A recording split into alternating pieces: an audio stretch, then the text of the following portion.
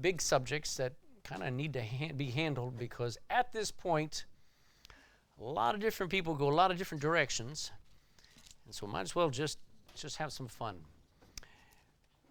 We're looking at a phrase in the Bible that is called the beginnings of sorrows. So we're just going to read verses 4 to 8 again and continue on this thought of the beginning of sorrows. Mark chapter 13 and verse 4 says, "Tell us," the disciples said, when shall these things be? And the temple is going to be destroyed. And what shall be the sign when all these things shall be fulfilled? And Jesus answering them began to say, "Take heed lest any man deceive you. For many shall come in my name, saying, I am Christ, and shall deceive many. And when ye shall hear of wars and rumors of wars, be ye not troubled. For such things must needs be, but the end shall not be yet.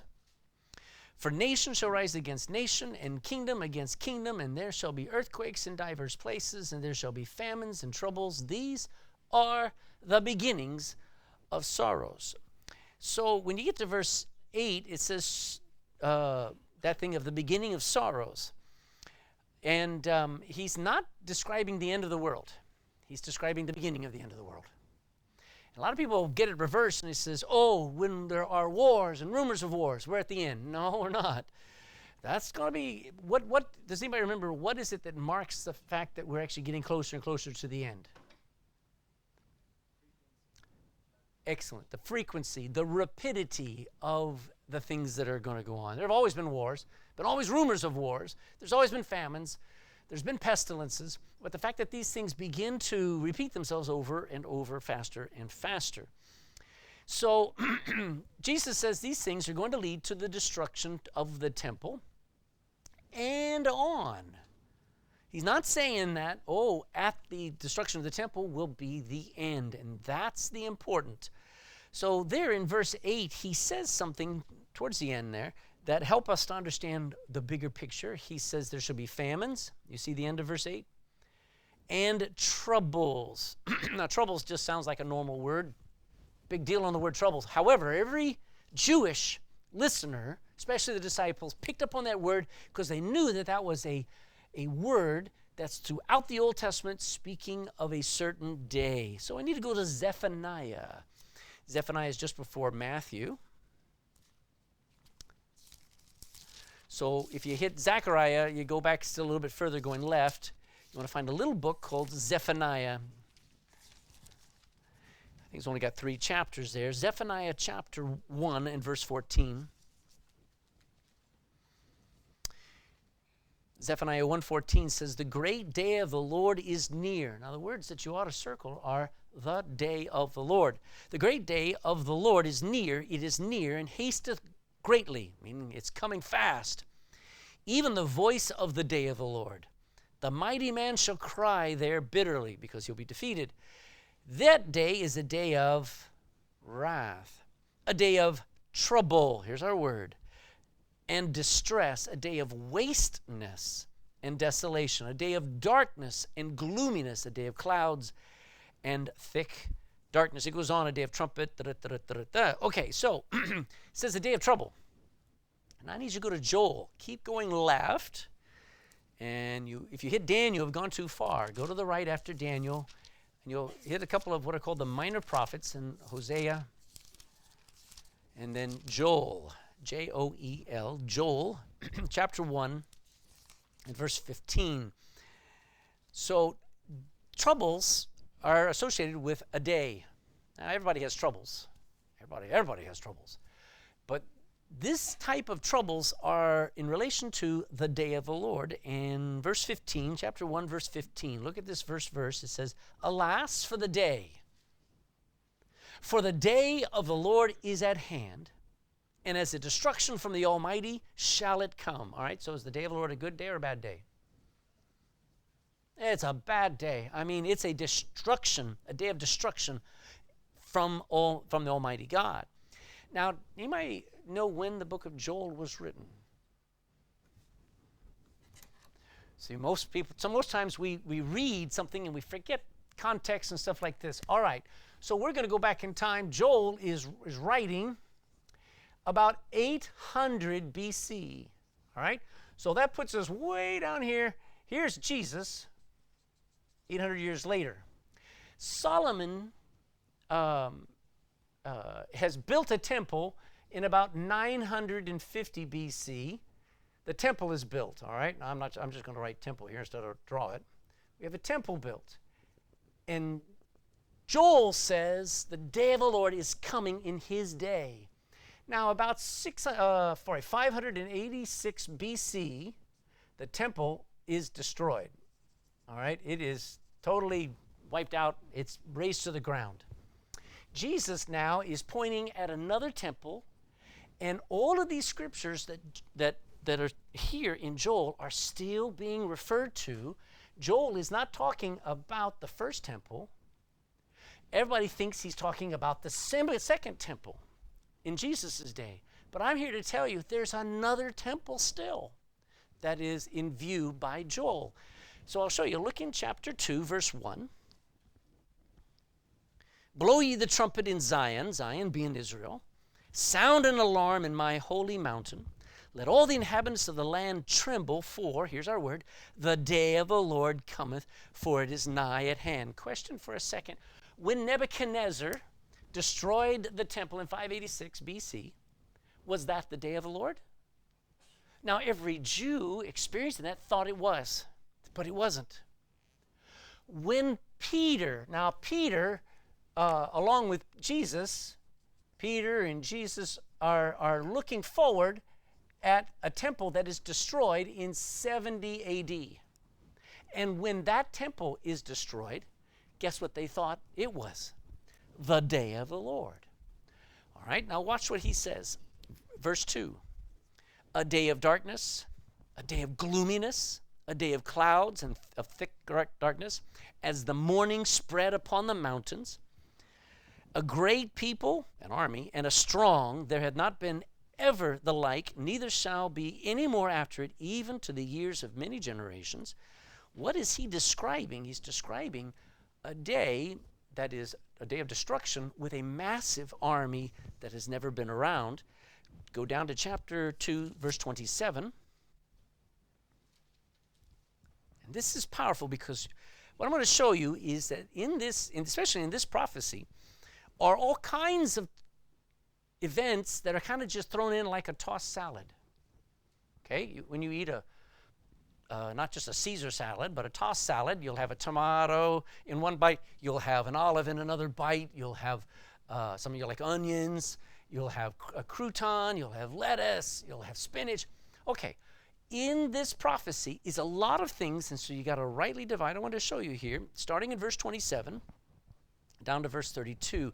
27, and ye shall know that I am in the midst of Israel, and that I am the Lord your God, and none else, and my people shall never be ashamed. Now, we'll come back to that in a second. I'll show you what that prophecy is pointing to, verse 28. And it shall come to pass afterward. After verse 27, he says, afterward that I will pour out my spirit upon all flesh, and your sons and your daughters shall prophesy, and your old men shall dream dreams, your young men shall see visions. Also upon the servants and upon the handmaids, in those days will I pour out my spirit. Meaning that not only on people who are religious and people who are powerful and wealthy, but on the servants, on the lowest of society. I'm in verse 29. We're in Joel 2:29. And also upon the servants and upon the handmaids, in those days will I pour out my spirit, and I will show wonders in the heavens and in the earth, blood and fire and pillars of smoke. Destruction.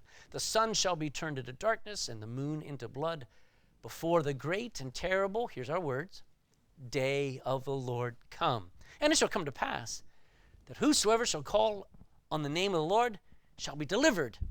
For in Mount Zion and in Jerusalem shall be deliverance, as the Lord hath said, and in the remnant whom the Lord shall call.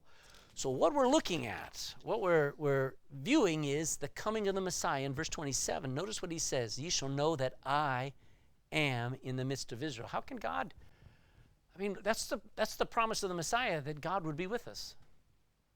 You will have a time when God is with you. It actually is described in Malachi.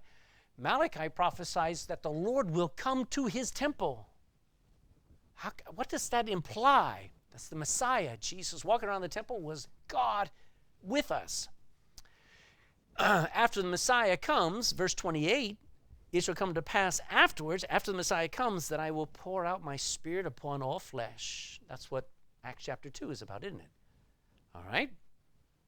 Then look down there in verse 30. There'll be signs and wonders in the sky, and I will show wonders, marvels, in the heavens and in the earth, blood and fire, pillars of smoke. The sun shall be turned into darkness, and the moon into blood, before the great and terrible day of the Lord comes. So there'll be all these things happening. Now the question is, have they happened? Now, you're being honest, but a lot of people try to see world events and imagine, well, that may be this, and Hitler was that, and Titus was this, and Emperor this was that. Really? Okay. So what some people don't get, okay, is that there's always more than one event in view in a prophecy. Usually every prophecy almost always had two events, a present tense and something out in the future. But there is something that is way out in the future that hasn't happened yet, and that's the key that helps us to understand. It is called a day called the day of the Lord. Another term for the day of the Lord is Armageddon. It also has the title in the book of Joel, the Battle of Jehoshaphat, or the Valley of Jehoshaphat, sorry. There are certain terms that are all connected with this day. It's the day of wrath. It is the time where the treading, is that right? Treading out the grapes of wrath, as described in Revelation chapter 14. So all of these things are pointing to something called the day of the Lord. Go to chapter 3 and verse 9. Oh, by the way, I just wanted, while you're going there, in chapter 2, thrown into the midst of that is, and whosoever shall call upon the name of the Lord shall be delivered. Now that sounds like that's Jewish, but Peter quotes it and says, whosoever shall call upon the name of the Lord shall be saved. And how shall they call on? And then Paul uses the same verse in Romans chapter 10. He says, how shall they believe in whom they've not heard, and how shall they hear without a preacher? And he's talking about being born again. So in this discussion in Joel are all kinds of things happening. And I want you to go to chapter 3 and verse 9. Look at the description of this day. And Joel is telling everybody, he says, proclaim this, proclaim ye among the Gentiles, prepare war. Tell the Gentiles to prepare for war. Wake up the mighty men. Let all the men of war draw near. Let them come up. Beat your plowshares into swords. Make weapons. And your pruning hooks into spears. Let the weak say, I am strong.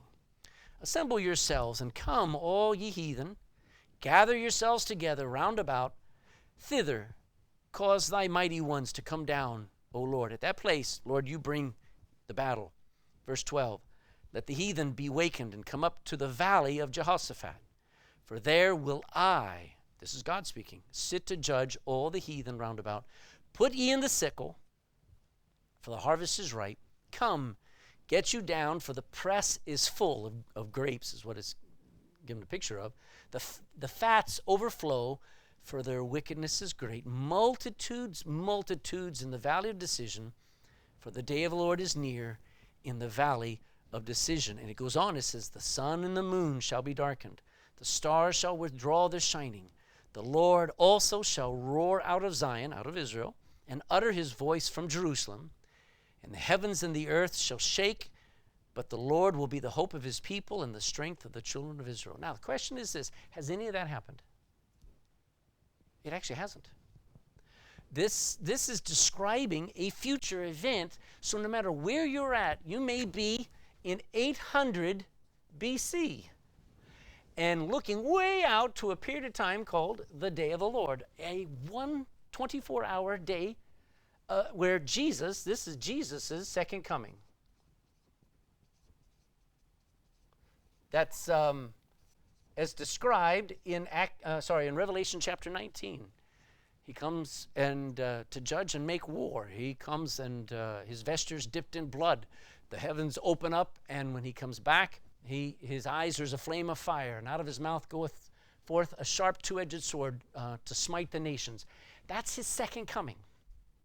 And that's who they knew the Messiah would be, and they wondered why Jesus didn't have a sword. Why didn't Jesus try to take over? They couldn't expect that Jesus would actually come as he did the first time.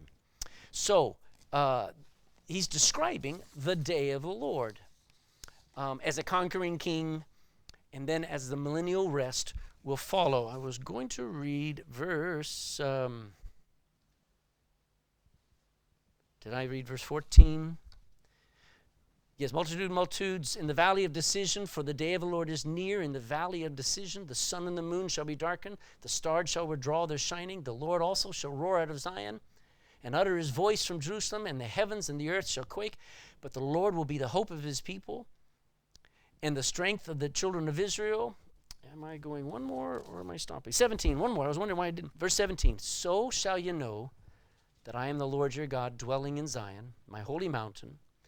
Then shall Jerusalem be holy. Is Jerusalem holy right now? Okay.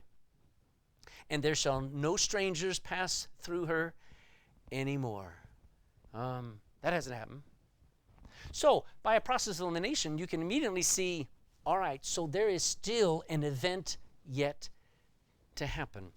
So, just to understand, when Jesus is talking about the destruction of the temple, it's easy to think, for those Jews at that time, to think that was the end of the world, it's over, and Jesus didn't come back. And what a lot of people do is they try to say, well, I guess Jesus came back, just not everybody saw him, even though the Bible says every eye will see them. And he's already come. Now, what that does is this. It makes it so that there's no more prophecies. If Jesus has come back, then the day of the Lord has happened. If Jesus has come back, then why are we still here? Why isn't the world at rest? Why isn't Israel at peace? What happened? All right? The truth is, he hasn't come back. There are so many prophecies that are yet to be enjoyed by the Christians. So, there are going to be famines and troubles, and they are just leading up to. They don't tell you you're at the end. People will look at world events. If a war broke out, literally between Russia and Europe, guess what everybody would say? It's the end of the world. That's what everybody would feel, right? That's just natural. But there's no guarantee that it would be. It could be just another war. Let me show you a verse. Go to Matthew chapter 24.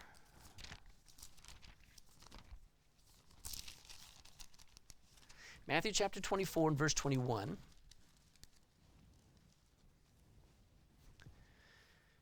Speaking of the tribulation. Verse 21, for then shall be something called the great tribulation. Tribulation is just a fancy word for trouble, by the way. Such as was not since the beginning of the world to this time, nor ever shall be. So does anybody see a problem with that statement in applying it to us? So Jesus gives 3 points of reference. So he says what happens during the Great Tribulation is something that is so bad. So Jesus is there right there. And in his time he says, there has never been a time since the beginning of the world that it will be as bad as that day. There is no time in his day when it would be that bad, nor ever shall be. This is a once-off bad day. And that hasn't happened. There has been World War I. People thought that it was the war to end all wars. Well, there was a war that superseded that war, wasn't there? It's called World War II. And I'm telling you, according to Revelation, there are 2 more world wars. It's not like we've seen the worst of it. Not at all. Let me make a statement here. I'm not sure. The reason why all of this is important to know is because there are Christians who believe that when the temple was destroyed, that the end came. And all the prophecies about Jesus' return were finished. So there's nothing left for us to do except to build a better world. And so there are plenty of people who believe the Bible, but they think that all the prophecies are finished, and now, instead of trusting God to move in the hearts of men, trusting the preaching of the gospel to turn the hearts of men and to create a better world, they have it that we have to make a better world. It's called amillennialism, and it is kingdom builders who believe that it's up to us to make a better world because Jesus isn't coming back now. We're left to do it. Does anybody see a problem with that? That we, Christians, have to run the governments. Now, I have no problem. I want to vote in a Christian into government, but I don't want a government seeking to be run only by Christians, because that's not Christ. That's not ever going to happen. That's why we have the separation of church and state. We don't have a church running the government. We've seen the destruction of that throughout the last 2,000 years. Christians should be in government. They should be part of City Hall. But we don't seek to control the world. We just want to help influence. We want people to know right and wrong. We want to know people know that there is a reason why we make decisions we do. But no Christian wants to control the world and take over the world like amillennialists do, because they believe Jesus isn't coming back. He's already come, and it's all done. I want to show you something. Go to John chapter 14.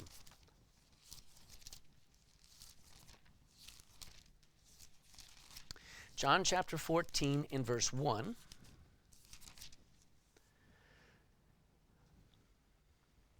All the prophecies to somebody who believes the day of the Lord is come, all the prophecies are past. And John chapter 14 verse 1 says, "Let not your heart be troubled. You believe in God, believe also in me. In my Father's house are many mansions. If it were not so, I would have told you. I go to prepare a place for you. And if I go and prepare a place for you, I will" what? I'm coming back. "And receive you unto myself, that where I am, there you may be also." Question: if he did come back, what am I still doing here? I guess he's not coming back for me. I guess he only came back for those in 70 AD or whenever. Go to Titus chapter 2. Titus chapter 2. Titus chapter 2 and verse 12.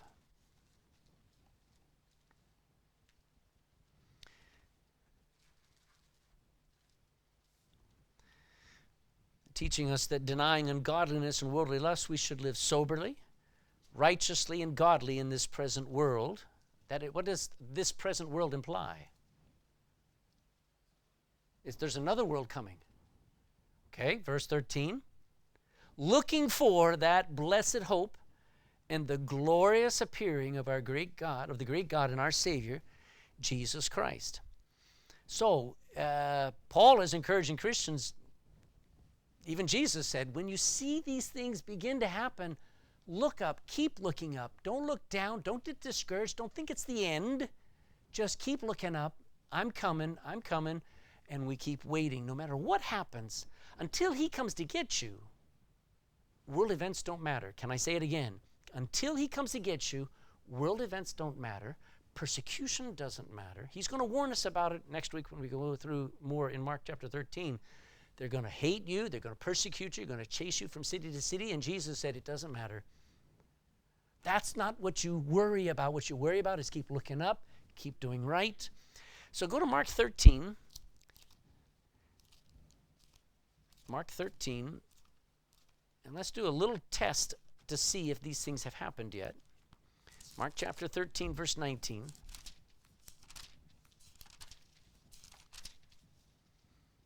And I'll ask you, for in those days, they were out in the future for Jesus. When were they? It says, "For in those days shall be affliction such as was not from the beginning of the creation." All right, when was the beginning of the creation? That was in Genesis, right? Since Genesis 1, there has not been affliction like this, such as was not from the beginning of the creation which God created until this time, neither shall be. It's a one. In those days, it will be it'll be the worst time ever. Has that happened? Can we say that has happened yet? No. When you start to get there, you go, Okay. And guess what? I've got news for you. Christians will not experience that. That's called the wrath of God. And we don't experience the wrath. We're not appointed to wrath. I'll show you another one. Look in verse 24 in chapter 13. But in those days after that tribulation, the sun shall be darkened, the moon shall not give her light, and the stars of heaven shall fall, and the powers that are in heaven shall be shaken. Has that happened yet? No. Now there's a comet in the sky right now. It's called the green comet. If you get binoculars and you look towards the polar star, now the problem is tonight the moon is out. If it wasn't, you could see it with binoculars. It'd be very hard to see it even with binoculars. But there's this green patch of a comet that the last time they say that it was here was 50,000 years ago. I think it was another period of time. But the idea is people used to think comets were signs of judgment and omens and things like this. It's just a comet. It's just a piece of ice in the sky. But one of these days, those comets are going to start hitting the earth like rain. There's going to be mountains falling out of the sky and poisoning rivers, and people will die by the billions. That hasn't happened yet. All of Revelation is yet to happen. Look in verse 27. Yes, ma'am. But it says there in 24, but in those days after that tribulation, does that refer to the period of the tribulation after the rapture, or Mm-hmm. is this going to happen so during this tribulation after the rapture? Right. When it says after the tribulation, it's a generic phrase. There actually are two periods of time. One's called the tribulation. I'm just going to. That one is 3.5 years. Okay. Then the second one's called the Great. We read about it. Tribulation. So after the first 3.5 years, it's not going to be that great during this time, but it won't be that bad either. But as soon as the Great Tribulation comes, then stars start falling out of the sky, mountains they're asteroids that start colliding with the earth. That is the disaster of all disasters. Where are we? We're out of here before the tribulation, okay? This is a 7-year period of time. This is 7 years, and it is called the time of Jacob's trouble.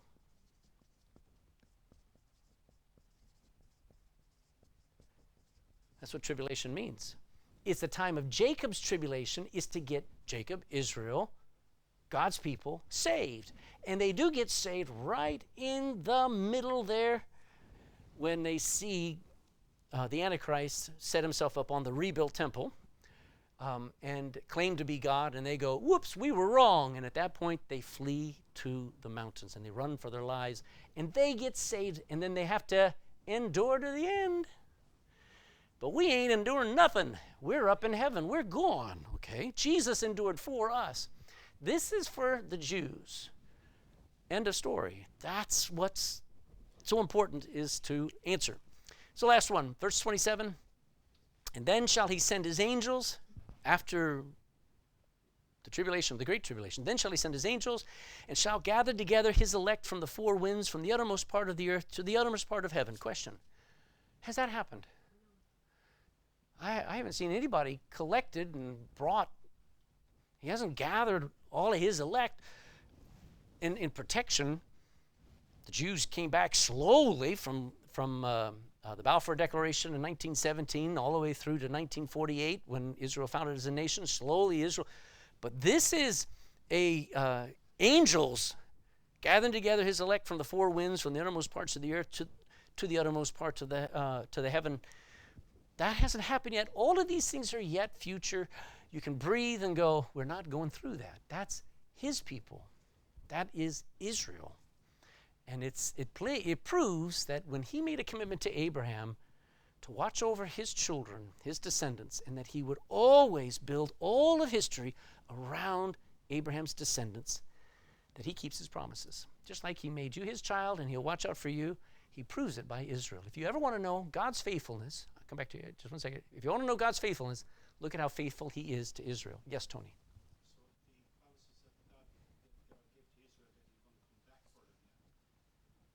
That's going to be in the tribulation. Yes. No, it is towards the Jews. That's Jacob's time where they as a nation experience such trouble that they turn to God. It is to humble them and get Israel to call upon the name. Well, okay, now the second half. All right, what is your question about the second half? I was just thinking that all that trouble in the second half is against the world, is against, Yeah, not against the Jews. correct. The second half is really, it's two-pronged, okay?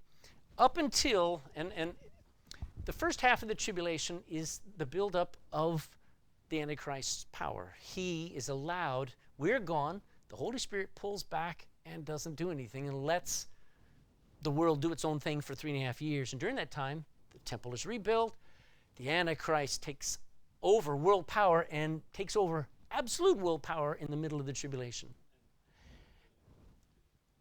The second half, the great. Oh. The temple is built. Yes. That is when the temple is rebuilt. It could be rebuilt here in bits and pieces, but this is when it's really rebuilt because it's in the middle of the tribulation, the first day of its use, when the Antichrist sets himself up. So right now, there's the Temple Institute, and they've got all the utensils, the brazen lavers, the altar of incense. They have almost everything preparation for the temple to be rebuilt. They're just ready for it. So everything's been in preparation for this for the last 30 years. In the middle of the tribulation, the Antichrist claims to be God as a man and decides that anybody who does not worship him must die. And that's when the Jews get saved. They must flee. During that fleeing, God brings judgment after judgment after judgment after judgment. At the same time, the devil is destroying everything. You would not want to live and try to get saved during the Great Tribulation. Most of them. There is one of them. There is something that happens. There are a couple of bad things that happen. They're not really bad, but they're bad enough to get people's attention and to make the people look to a world leader to give them stability. Justine, is it like the time when they had to leave Egypt, there was an area called Goshen, and they were saved there? And they were protected. Similar? Very similar. Yes, without going into all the details, yes, you've got the right point. So that when he's firing these asteroids, they're not down at They're not at the Jews. As a matter of fact, they will flee to a place where even the devil can't get to them. And when the devil throws a flood at them, I don't know how he's going to do. He's going to try to flood them out. The earth splits open and just swallows all the water. And God protects his people just like he did coming out of Egypt. Yes. So there's a lot of cool stuff going on yet in the future. But it just reminds us that, okay, when the Bible says, he that endureth to the end shall be saved, who's he talking to? The people who get saved here, not back here. We don't have to endure anything. I'm saved because Jesus saved me. Now, when they get saved, I'll tell you a little secret. He's not talking about saved from sin. He's talking about saved from the Antichrist and saved from all of that mess. You can't just stand out on a highway and expect that a lorry's not going to run you over. And you can't just stand up in the Great Tribulation and defy the Antichrist without dying. So you're going to have to run for your life. Does that make sense? All right, but thanks for the question. Okay. So hopefully we've concluded that Jesus hasn't returned yet. Now maybe some of you never thought that, but it is surprising to me. And that people do get all confused. I've just always, ever since I got saved, I have been thrilled at the idea he's coming back and it could be tonight. Never, ever think that it's going to be 20 years from now or 200. And don't think that he's already come. Those are two extreme weird things. No, plan like he's not coming back for another 50 years, but live like it could be tonight. That's how a Christian lives, okay? All right. Bill, you're